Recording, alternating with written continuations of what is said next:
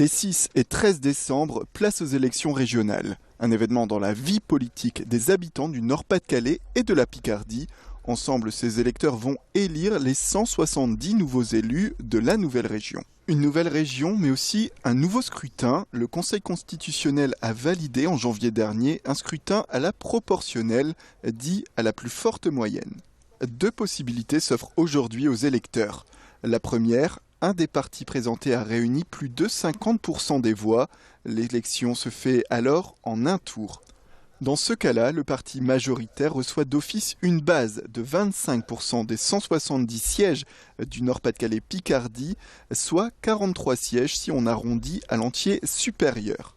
Cette liste majoritaire et les listes qui ont reçu au moins 5% des voix se répartissent ensuite, en fonction de leur score, le nombre de sièges restants. Toujours à la proportionnelle, à la plus forte moyenne.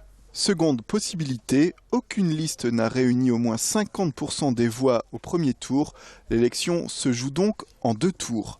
Seules les listes ayant obtenu au moins 10% des voix sont alors qualifiées pour le second tour. La répartition des 170 sièges se fait alors de la même manière qu'en cas de majorité absolue au premier tour. Résultat, la liste arrivée en tête reçoit d'office un quart des sièges du conseil régional, plus un nombre de sièges à la proportionnelle de son score, une majorité qui lui permettra alors de gouverner pendant 6 ans.